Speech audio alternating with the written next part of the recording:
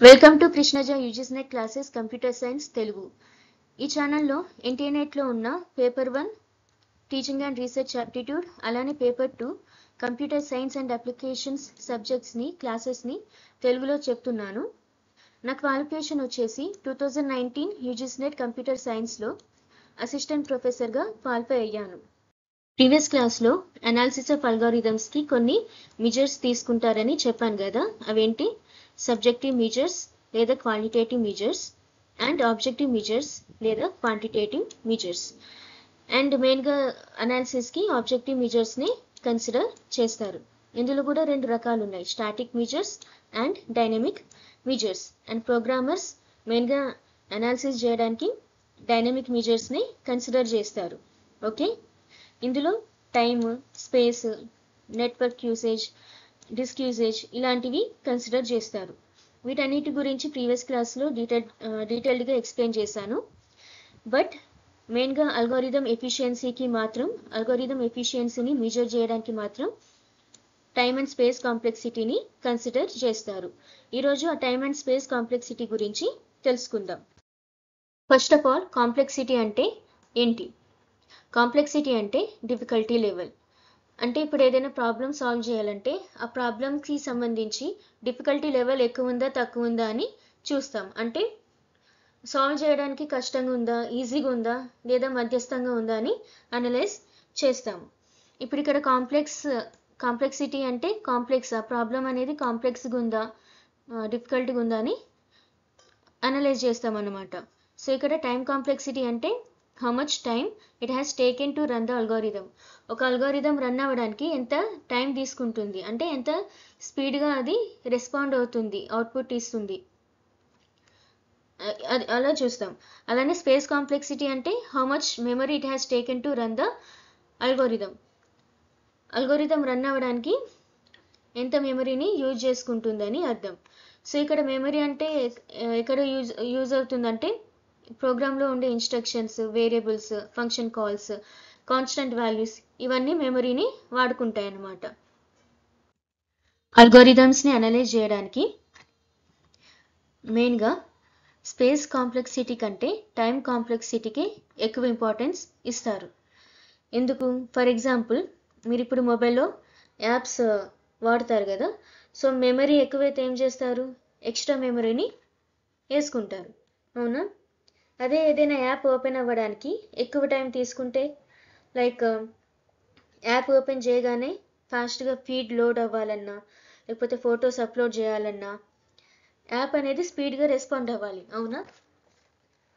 So slow app అంటే అర్థం ఏంటి? బ్యాడ్ యూజర్ ఎక్స్పీరియన్స్ అని అర్థం. అంటే యూజర్ ఎక్స్పీరియన్స్ మంచిగా లేదు, మన పేషెన్స్ని టెస్ట్ చేస్తున్నట్టే, అవునా? సో మంచిగా లేకపోతే ఆ యాప్ని అన్ఇన్స్టాల్ చేస్తాం, అవునా? సో యాప్ ఓపెన్ అవ్వడానికి ఎక్కువ టైం తీసుకుంటే ఆ టైంని మనం తక్కువ చేయలేము కదా. అంటే టైంని తక్కువ చేయలేము అంటే స్పీడ్ని పెంచలేము, అది మన చేతుల్లో ఉండదు, అది డెవలపర్స్ పని. సో డెవలపర్స్ యొక్క ఫస్ట్ ప్రయారిటీ ఏంటంటే టైం కాంప్లెక్సిటీని, స్పీడ్ని ఆప్టిమైజ్ చేయడం. ఓకే, టైం కాంప్లెక్సిటీని, స్పీడ్ని ఆప్టిమైజ్ చేయడం అంటే యాప్ అనేది తక్కువ టైం కాంప్లెక్సిటీతో స్పీడ్గా పనిచేసేలా డెవలప్ చేస్తారు. ఓకే, అందుకే టైం కాంప్లెక్సిటీకి ఎక్కువ ప్రయారిటీ ఇస్తారు. ఓకే, ఇప్పుడు ఈ టైం కాంప్లెక్సిటీ గురించి డీటెయిల్డ్గా తెలుసుకుందాము. టైం కాంప్లెక్సిటీ అంటే it is a measure of how much time an algorithm requires for execution when input size is increased. అంటే ఇన్పుట్ సైజ్ని పెంచినప్పుడు ఎంత టైంని తీసుకుంటుంది అల్గోరిథంని ఎగ్జిక్యూట్ చేయడానికి. ఓకే, సో ఈ టైంని మనం మెజర్ చేస్తాం. కానీ ఇక్కడ టైం అంటే ఏ టైంని తీసుకోవాలి? ఎందుకంటే మనకు కంపైల్ టైం ఉంది, అలానే రన్ టైం కూడా ఉంది, అవునా? సో ఈ రెండిట్లో ఏ టైంని మెజర్ చేయాలి? సో ఈ కంపైల్ టైం గురించి, రన్ టైం గురించి, ఇన్పుట్ సైజ్ గురించి, అలానే ఏ టైం అనేది తీసుకోవాలి దాని గురించి ఇప్పుడు ఎక్స్ప్లెయిన్ చేస్తాను. ఫస్ట్ కంపైల్ టైం గురించి తెలుసుకుందాం. కంపైల్ టైం అంటే it converts source code or programming code into machine code. Okay, ఇప్పుడు అల్గోరిథంని డిజైన్ చేసాము, దాన్ని ప్రోగ్రాంలోకి కన్వర్ట్ చేస్తాము. ఆ ప్రోగ్రామ్ని కంపైలర్ ఏం చేస్తుంది, మిషన్ కోడ్లోకి కన్వర్ట్ చేస్తుంది. అంటే కంప్యూటర్కి అర్థమయ్యే భాషలోకి కన్వర్ట్ చేస్తుంది, జీరోస్ అండ్ వన్స్. ఈ మిషన్ కోడ్ని ఎగ్జిక్యూటబుల్ కోడ్ అని కూడా అంటారు. ఓకే, సో దీన్ని కంపైల్ టైం అని అంటాం. అంటే ప్రోగ్రామ్ని మిషన్ కోడ్లోకి కన్వర్ట్ చేస్తే కంపైల్ టైం అంటాము. రన్ టైం అంటే ఈ కంపైల్ చేసిన టైంని ఈ కంపైల్ చేసిన కోడ్ని రన్ చేస్తే, ఎగ్జిక్యూట్ చేస్తే దాన్ని రన్ టైం అని అంటాము. ఓకే, అర్థమైందా? సో ఇప్పుడు కంపైల్ టైం అయిపోయింది, రన్ టైం అయిపోయింది. ఇప్పుడు ఇన్పుట్ సైజ్ గురించి తెలుసుకుందాము. సో మామూలుగా ఈ ఇన్పుట్ సైజ్ అనే వర్డ్ని పక్కన పెట్టి ఓన్లీ ఈ ఇన్పుట్ అనే వర్డ్ గురించి మాట్లాడుకుందాము. మామూలుగా suppose A and B add చేయాలంటే మనం ఇన్పుట్స్ ఇస్తాం కదా. ఏకి ఒక ఇన్పుట్, బికి ఒక ఇన్పుట్ ఇస్తాము. అది ప్రోగ్రాంలో ఎక్కడ ఇస్తాము, కంపైల్ టైంలో ఇస్తామా లేదా రన్ టైంలో ఇస్తామా? అంటే ప్రోగ్రామ్ అనేది మిషన్ కోడ్లోకి కన్వర్ట్ అయ్యే టైంలో ఇస్తామా లేదా ఎగ్జిక్యూట్ అయ్యే టైంలో ఇస్తామా? ఆబ్వియస్లీ ఎగ్జిక్యూట్ అయ్యే టైంలోనే ఇస్తాము. అందుకే సో మనం ఇన్పుట్స్ అనేవి రన్ టైంలో ఇస్తున్నాం కాబట్టి మనం ఏం మెజర్ చేయాలంటే రన్ టైంనే మెజర్ చేయాలి. ఓకే, ఇన్పుట్స్ని రన్ టైంలో ఇస్తున్నాం కాబట్టి రన్ టైంనే మెజర్ చేయాలి. It is a measure of how much run time an algorithm requires for execution when input size is increased. ఇప్పుడు అర్థమైనట్టుంది ఏ టైంని మెజర్ చేయాలనేది. సో ఇప్పుడు ఇన్పుట్ సైజ్ గురించి తెలుసుకుందాము. ఇన్పుట్ సైజ్ అంటే input length of an algorithm. Suppose some of the first 10 numbers అనే ప్రోగ్రామ్ని execute చేస్తున్నాం, దానికి ఇన్పుట్స్ అనేది ఇస్తున్నాం. సో ఫస్ట్ టైం మనం ఇన్పుట్ అనేది 5 ఇచ్చాము, అంటే ఫస్ట్ 5 నెంబర్స్ సమ్ చేయాలి. 1 + 2 + 3 + 4 + 5. ఓకే, ఆ తర్వాత మళ్ళీ ఎగ్జిక్యూట్ చేసి మళ్ళీ ఇన్పుట్ అనేది ఇచ్చాము. ఈసారి 10 ఇచ్చాము, అంటే ఫస్ట్ 10 నెంబర్స్ని సమ్ చేయాలి, 1 నుంచి 10 వరకు సమ్ చేయాలి. ఆ తర్వాత 100 ఇస్తాము లేదా 1000 ఇస్తాము. అంటే ఇక్కడ మనం ఇచ్చిన ఇన్పుట్ లెంత్ని, క్వాంటిటీని ఇంక్రీజ్ చేస్తున్నాం. ఓకే, దీన్నే ఇన్పుట్ లెంత్ లేదా ఇన్పుట్ సైజ్ అని అంటాం. దీన్ని ఎంతో డినోట్ చేస్తాం. ఓకే, అంటే మనం ఇక్కడ నెంబర్ ఆఫ్ ఇన్పుట్స్ని ఇంక్రీజ్ చేయట్లేదు. నెంబర్ ఆఫ్ ఇన్పుట్స్ అంటే ఏంటి, ఇప్పుడు A + B యాడ్ చేస్తున్నాం అనుకోండి, అప్పుడు ఏకి ఒక ఇన్పుట్ ఇవ్వాలి, బికి ఒక ఇన్పుట్ ఇవ్వాలి. అప్పుడు టోటల్ ఎన్ని ఇన్పుట్స్ అవుతున్నాయి, 2 ఇన్పుట్స్ అవుతున్నాయి. కానీ ఇక్కడ మనం ఒకటే ఇన్పుట్ ఇస్తున్నాం, ఎగ్జిక్యూట్ చేసిన ప్రతిసారి ఒకటే ఇన్పుట్ ఇస్తున్నాం. సో ఆ ఇన్పుట్నే, మనం ఇచ్చిన ఇన్పుట్నే ఇంక్రీజ్ చేస్తున్నాం, దాని క్వాంటిటీని లేదా లెంత్ని పెంచుతున్నాం. దాన్నే సైజ్, ఇన్పుట్ సైజ్ అని అంటాం. సో ఇప్పుడు ఇక్కడ ఇన్పుట్ అనేది 5 ఇచ్చాం కాబట్టి ఇన్పుట్ సైజ్ ఏమొస్తుంది, 5 వస్తుంది. అదే 10 ఇస్తే ఇన్పుట్ సైజ్ ఏమొస్తుంది, 10 వస్తుంది. సో ఇన్పుట్ సైజ్ అంటే ఏంటి, quantity of data or elements that an algorithm needs to process. Okay, so ఇప్పుడు ఈ క్వాంటిటీనే, ఈ ఎలిమెంట్స్నే ఇన్పుట్ సైజ్ అని అంటాం, అంటే మనం పెంచుతూ ఉన్నాం కాబట్టి. సో 10 నెంబర్స్ యాడ్ చేయాలన్నా, 100 నెంబర్స్ యాడ్ చేయాలన్నా ఈజీగానే యాడ్ చేస్తాం. కానీ 1 lakh నెంబర్స్ యాడ్ చేయాలంటే కొద్దిగా టైం తీసుకొని చేస్తాము, అవునా? అదే 1 బిలియన్ నెంబర్స్ యాడ్ చేయాలంటే ఆ టాస్క్ అనేది కాంప్లెక్స్ అవుతుంది, అవునా? ఈవెన్ మనుషులకైనా కంప్యూటర్లకైనా టాస్క్ అనేది కాంప్లెక్స్ అవుతుంది, టైం పడుతుంది. ఎందుకు, ఇప్పుడు మనం ఇన్పుట్ సైజ్ని పెంచినప్పుడు దానికి అవసరమయ్యే ఆపరేషన్స్ కూడా పెరుగుతాయి, అవునా? మనం ఇన్పుట్ సైజ్ పెంచితే నెంబర్ ఆఫ్ ఆపరేషన్స్ కూడా పెరుగుతాయి, అండ్ దానికి పట్టే టైం కూడా పెరుగుతుంది. ఎలా అంటే ఇప్పుడు ఫస్ట్ మనం ఇన్పుట్ 5 ఇచ్చాము, ఓన్లీ ఇన్పుట్ 5 ఇచ్చాము, ఫస్ట్ 5 నెంబర్స్ యాడ్ చేయమని. సో అప్పుడు ఇన్పుట్ సైజ్ ఏమొస్తుంది 5 వస్తుంది. అండ్ దానికి ఆపరేషన్స్ ఎన్ని జరుగుతాయి? ఇప్పుడు ఎన్నిసార్లు యాడ్ చేయాలి? ఫస్ట్ 5 నెంబర్స్ అంటే 1 2 3 4. సో 4 టైమ్స్ యాడ్ చేస్తున్నాం అంటే నెంబర్ ఆఫ్ ఆపరేషన్స్ ఎన్ని 4. అండ్ దానికి పట్టే టైం ఎంత పడుతుంది? సపోజ్ ఒక్కొక్క ఆపరేషన్కి ఒక్కొక్క సెకండ్ పడితే 4 ఆపరేషన్స్ కాబట్టి 4 సెకండ్స్ అనుకోండి. ఓకే, టైం ఎంత పడుతుంది? 4 సెకండ్స్. అలానే ఇన్పుట్ 10 ఇచ్చాము. సో అప్పుడు ఇన్పుట్ సైజ్ ఎంత వస్తుంది? 10 వస్తుంది. ఫస్ట్ 10 నెంబర్స్ యాడ్ చేయాలి కాబట్టి ఇన్పుట్ సైజ్ 10 వస్తుంది. అండ్ దానికి ఎన్ని ఆపరేషన్స్ అవసరం ఉంటాయి? 1 2 3 4 5 6 7 8 అండ్ 9 ఆపరేషన్స్ అవసరమయ్యాయి. అలానే దానికి టైం ఎంత పడుతుంది? ఒక్కో ఆపరేషన్కి ఒక సెకండ్ అనుకుంటే 9 ఆపరేషన్స్ కాబట్టి 9 సెకండ్స్ అనుకోండి. సో ఇంతకుముందు ఇన్పుట్ 5 ఇస్తే 4 ఆపరేషన్స్ పట్టాయి, టైం కూడా 4 సెకండ్స్ తీసుకుంది. అదే ఇన్పుట్ 10 ఇస్తే 9 ఆపరేషన్స్, టైము 9 సెకండ్స్ తీసుకుంది. అంటే మనం ఇన్పుట్ సైజ్ని పెంచుతున్న కొద్దీ నెంబర్ ఆఫ్ ఆపరేషన్స్ పెరుగుతున్నాయి అండ్ దాన్ని బట్టి టైం కూడా పెరుగుతుంది. ఇది చూసి గమనించండి, అవునా? సో మనం ఇన్పుట్ సైజ్ని పెంచితే నెంబర్ ఆఫ్ ఆపరేషన్స్ పెరుగుతాయి అండ్ దాన్ని బట్టి టైం పెరుగుతుంది. అండ్ ఇక్కడ టైం అనేది సెకండ్స్లలో మినిట్స్లలో మెజర్ చేయము మనం. ఓకే, సో ఇక్కడ టైంని సెకండ్స్లలో మినిట్స్లలో కాకుండా CPU సైకిల్స్లో మెజర్ చేస్తాము. CPU సైకిల్ అంటే ఏంటి? ఇప్పుడు CPUలో క్లాక్ ఉంటుంది, ఆ క్లాక్లో ఒక టిక్ని CPU సైకిల్ అంటాం. సో ఇప్పుడు ప్రతి సైకిల్లో CPU ఏం చేస్తుంది?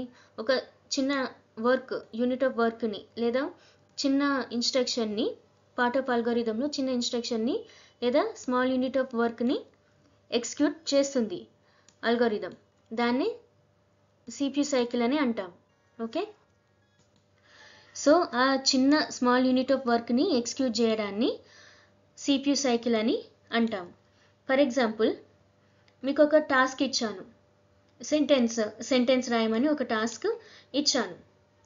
ఓకే, సో సెంటెన్స్ రాయడం అనేది టాస్క్ అయితే ఆ సెంటెన్స్లో ఉండే ప్రతి వర్డ్స్ అనేవి సబ్ టాస్క్లు అనుకోండి. సెంటెన్స్లో చాలా వర్డ్స్ ఉంటాయి, పదాలు ఉంటాయి కదా, వాటిని సబ్ టాస్క్లు అనుకోండి. అంటే ఒక్కొక్క పదం రాస్తూ ఉంటారు, అది సబ్ టాస్క్ చేస్తున్నారు. ఆ సబ్ టాస్క్లని కలిపితే కదా టాస్క్ అయ్యేది. అంటే మీరు ఒక్కొక్క వర్డ్ రాస్తేనే కదా సెంటెన్స్ అయ్యేది. ఇప్పుడు ఆ ఒక వర్డ్లో, ఒక పదంలో ఆల్ఫాబెట్ ఉంటాయి, ఒక్కొక్క అక్షరం కలిపితే పదం తయారవుతుంది కదా. సో ఒక్కొక్క అక్షరం మీరు రాస్తున్నారు, ఆ ఒక అక్షరం రాయడాన్ని CPU సైకిల్ అనుకోండి. ఓకే, మీకు అర్థమై ఉంటుంది. సెంటెన్స్లో ఒక సెంటెన్స్ రాయడం అనేది టాస్క్ అయితే ఆ సెంటెన్స్లో ఉండే ఈచ్ వర్డ్ ఏదైతే ఉందో అది సబ్ టాస్క్. అండ్ ఈచ్ వర్డ్లో ఉండే ఈచ్ ఆల్ఫాబెట్ అనేది CPU సైకిల్. అంటే మీరు ఒక్కొక్క అక్షరం రాస్తుంటే మీరు రాసే ఒక అక్షరం అనేది ఒక CPU సైకిల్ అన్నమాట. ఓకే, మీరు రాసే ప్రతి అక్షరం అనేది ఒక అక్షరం ఏ అని రాస్తున్నారు, ఇది ఒక CPU సైకిల్ అవుతుంది. అదే వర్డ్స్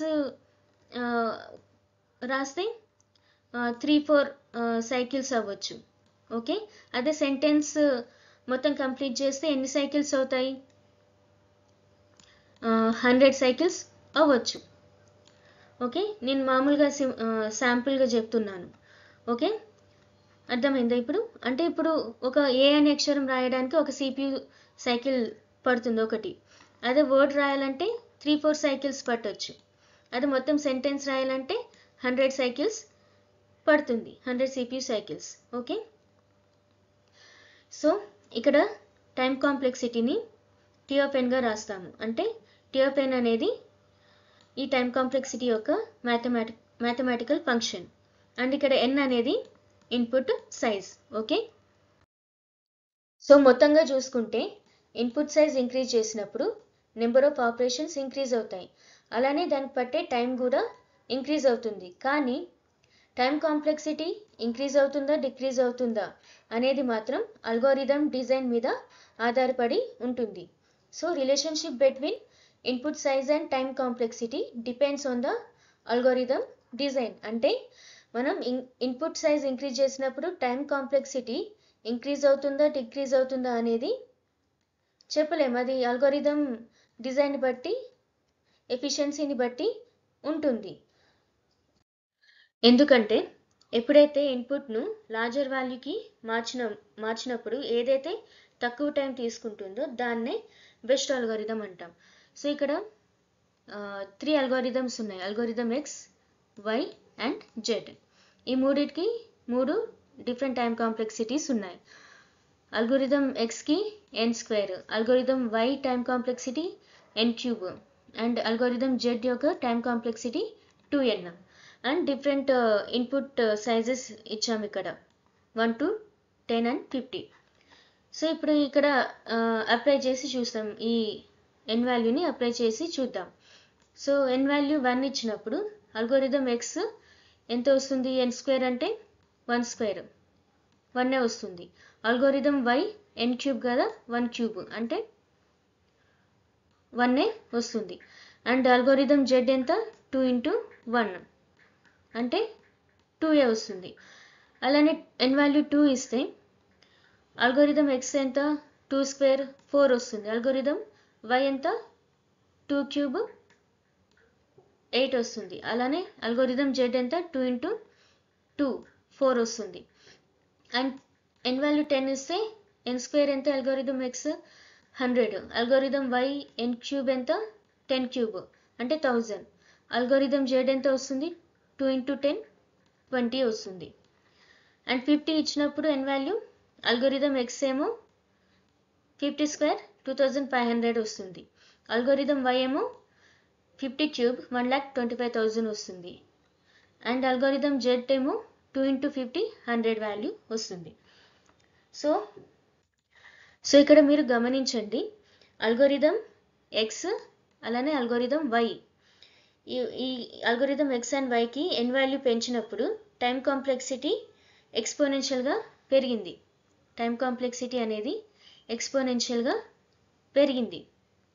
అంటే మనం చూస్తే ఇక్కడ ఎక్స్ కానీ వై కానీ 1 నుంచి ఎక్స్ ఏమో 2500కి అండ్ వై ఏమో 1,25,000కి ఎక్స్పోనెన్షియల్గా వాల్యూస్ని ఇచ్చాయి. అంటే మనం n వాల్యూస్ని పెద్దవి ఇచ్చినప్పుడు అల్గోరిథం ఎక్స్ వై ఏం చేశాయి, చాలా పెద్ద వాల్యూస్ని ఇచ్చాయి 2500 1,25,000. కానీ అల్గోరిథం జెడ్ని చూడండి, అల్గోరిథం జెడ్ ఏం చేసింది లీనియర్గా పెరుగుకుంటూ వచ్చింది. అంటే 2 నుంచి 100కే పెరిగింది, ఎక్కువ పెరగలేదు. అంటే మనం ఎక్కువ వాల్యూస్ ఇచ్చినా n వాల్యూస్ని ఎక్కువగా పెంచినా కానీ అల్గోరిథం జెడ్ టైం కాంప్లెక్సిటీ మాత్రం ఎక్కువ పెరగలేదు, లీనియర్గా పెరుగుకుంటూ వచ్చింది. ఓకే, లీనియర్గా పెరుగుతూ వచ్చింది. కానీ అల్గోరిథం ఎక్స్ అండ్ వై మాత్రం ఎక్స్పోనెన్షియల్గా పెరుగుతూ వచ్చాయి. ఓకే, అంటే ఇప్పుడు ఈ మూడిట్లో ఏది బెస్ట్ అల్గోరిథం అని చెప్పొచ్చు, బెటర్ అల్గోరిథం? అల్గోరిథం జెడ్డే బెటర్ అల్గోరిథం అని చెప్పొచ్చు, ఎందుకంటే తక్కువ టైం కాంప్లెక్సిటీని ఇస్తుంది కాబట్టి. Okay, for example search engine తీసుకోండి. మనం సెర్చ్ బార్లో ఇన్పుట్ ఇస్తాం కదా, వెంటనే మనకి చాలా ఫాస్ట్గా రిజల్ట్ని చూపిస్తుంది. కానీ బ్యాక్గ్రౌండ్లో చాలా డేటా ఉంటుంది, బిలియన్స్ ఆఫ్ డేటా ఉంటుంది. దాని నుంచి సెర్చ్ చేసి మనకి కావాల్సిన డేటాని ఇస్తుంది సెర్చ్ ఇంజిన్, అవునా? కానీ కరెంట్ టైంలో చూస్తే చాలా సెర్చ్ ఇంజిన్స్ అవైలబుల్లో ఉన్నప్పటికీ గూగుల్ సెర్చ్ ఇంజిన్నే డిఫాల్ట్ సెర్చ్ ఇంజిన్గా చాలామంది యూజర్స్ వాడుతున్నారు గూగుల్ సెర్చ్ ఇంజిన్ని. ఎందుకు అంటే ఆ గూగుల్ యొక్క అల్గోరిథం పేజ్ ర్యాంక్ ఎఫిషియెంట్గా పనిచేస్తుంది కాబట్టి. సో ఎప్పటికప్పుడు వాళ్ళు ఈ పేజ్ ర్యాంక్ అల్గోరిథంని అప్డేట్ చేస్తూ యూజర్కి తగ్గట్టు అప్డేట్ చేస్తూ ఎఫిషియెంట్గా పనిచేసేలా చూసుకుంటున్నారు కాబట్టి. ఓకే, సో ఈ విధంగా అల్గోరిథమ్స్ని అనలైజ్ చేస్తాం. సో అల్గోరిథంని అనలైజ్ చేయడం వల్ల అడ్వాంటేజెస్ ఏంటి అంటే అల్గోరిథం యొక్క ఎఫిషియన్సీ అండ్ పర్ఫార్మెన్స్ తెలుసుకోవచ్చు. సో దానివల్ల అల్గోరిథంని ఆప్టిమైజ్ చేయాలా లేదా తెలుస్తుంది. అంటే తక్కువ టైమ్, రిసోర్సెస్ని, కాస్ట్ని వాడితే అల్గోరిథం అనేది ఎఫిషియెంట్గా పర్ఫామ్ చేస్తుంది. సో దానివల్ల అల్గోరిథం కానీ అప్లికేషన్ కానీ ఫాస్ట్గా రన్ అవుతుంది. సో ఫాస్ట్గా అప్లికేషన్ ఉంటే బెటర్ యూజర్ ఎక్స్పీరియన్స్ ఇస్తుంది. ఓకే, నా నుంచి స్మాల్ నోట్.